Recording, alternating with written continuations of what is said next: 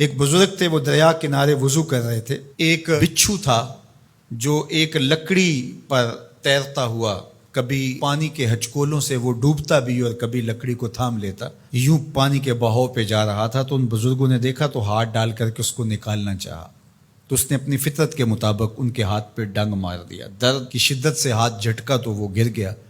تو پھر ڈوبنے لگا تو پھر پکڑا اور پھر اس نے ڈنگ لگا دیا. 7 مرتبہ اس نے ڈنگ مارا اور آپ اس کو نکال کے 8ویں مرتبہ باہر نکالنے کی کوشش کر رہے ہیں. تو مرید نے کہا جو پاس بیٹھا تھا، حضرت یہ بار بار آپ کو ڈنگ مارتا ہے اور آپ اس کو نکالنے کے لیے کوشاں ہیں. فرمایا وہ اپنی بری فطرت سے باز نہیں آتا، میں اپنی اچھی عادت سے باز کیسے آ جاؤں. تو لوگوں کے ساتھ رویہ اچھا رکھے، وہ جو بھی رویہ رکھے. ہم کہتے ہیں کوئی اینٹ اٹھائے گا تو ہم آگے سے پتھر اٹھائیں گے، تو یہ کیا کمال ہوا. لوگ کہتے ہیں تم 1 قدم پیچھے ہٹو گے، میں 10 قدم پیچھے ہٹوں گا، تو یہ کیا کمال ہوا. تم کہو میاں تم جتنے مرضی قدم پیچھے ہٹو، میں بھاگ کے تمہارا دامن پکڑ لوں گا، تمہیں جانے نہیں دوں گا، ایک دن تجھ کو بھی جیت لوں گا محبت کے زور پہ. ہم کہتے ہیں کہ فلاں میرے ساتھ اچھا سلوک کرتا ہے تو میں بھی اچھا کرتا ہوں، فلاں کا سلوک میرے ساتھ اچھا نہیں ہے تو ٹھیک ہے، جس طرح وہ چلتا ہے میں بھی اسی طرح چل رہا ہوں. یہ تو پھر برابری ہوئی.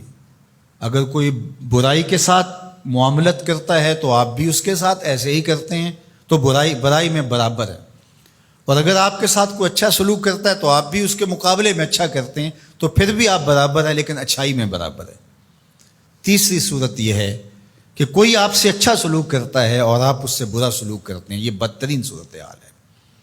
اور سب سے بہتر صورت کیا ہے کہ کسی کا رویہ تلخ بھی ہو، کسی کا انداز نامناسب بھی ہو، کوئی آپ کے ساتھ برا سلوک بھی کرتا ہو لیکن آپ اس کے ساتھ اچھا سلوک کرتے ہیں.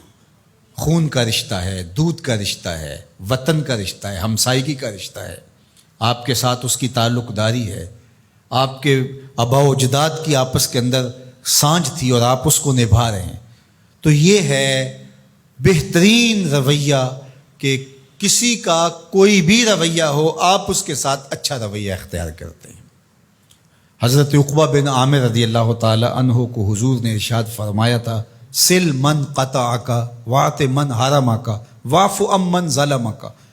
اے عقبہ بن عامر، جو تجھ سے تعلق توڑے تو اس سے تعلق جوڑ، جو تجھے محروم رکھے تو اس کی جھولیاں بھر دے، اور جو تیرے پہ زیادتی کرے تو اس کو معاف کر دے، اس سے درگزر فرما. یہ بہترین کردار ہے جس سے ایک اچھا ستھرا پاکیزہ اور مناسب معاشرہ ترتیب پاتا ہے اور ترکیب پاتا ہے. تو میرے اور آپ کے آقا و مولا نے ہمیں یہ تلقین کی، بلکہ فرمایا جو یہ چاہتا ہے کہ اس کی عمر میں برکت ہو اور رزق میں اضافہ ہو، وہ رشتہ داروں کے ساتھ سلوک اچھا کرے.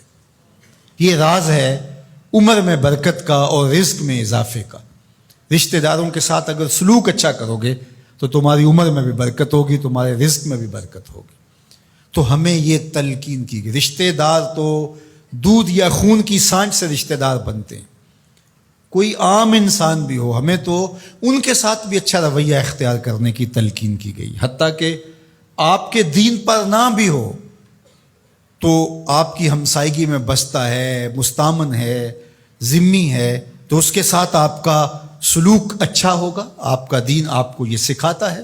شیخ سعدی بولے، شنیدم کے مردان راہ خدا، دلے دشمنا ہم نہ کردن تنگ، تو را کے میسر شودی مقام کہ با دوستانت خلاف است و جنگ. میں نے سنا ہے کہ جو اللہ کے بندے ہیں وہ تو دشمنوں کا دل بھی نہیں دکھاتے. تجھے تصوف کے مراتب رفیع کیسے نصیب ہو سکتے ہیں؟ تو اپنوں سے جنگ چھیڑ کے بیٹھا ہے، تو اپنوں کے گریبان پھاڑ رہا ہے، اپنوں کی پگڑیاں نوچ رہا ہے، اور تو اپنی رشتہ داریوں کو توڑ رہا ہے. تو اپنے ہم منصبوں کے ساتھ الجھاؤ میں مبتلا ہے، اپنے ہم مسلکوں ہم مشربوں کے ساتھ تیرا الجھاؤ چل رہا ہے، تیری لڑائی چل رہی ہے. تجھے کیسے مرتبہ اور باطن کا نور اور اندر کا اجالا نصیب ہوگا؟ جو اللہ کے بندے ہیں وہ تو دشمنوں کا بھی دل نہیں دکھاتے. انسان تو انسان رہے، وہ تو جانوروں کے ساتھ بھی رویہ اچھا رکھتے ہیں کہ یہ اللہ کی مخلوق ہے. مخلوق ہونے کے ناطے سے الخلق و عیال اللہ، تمام مخلوق اللہ کا کنبہ ہے، اور اس کے ساتھ اس نے سلوک، ان کا کچھ بھی رویہ ہو.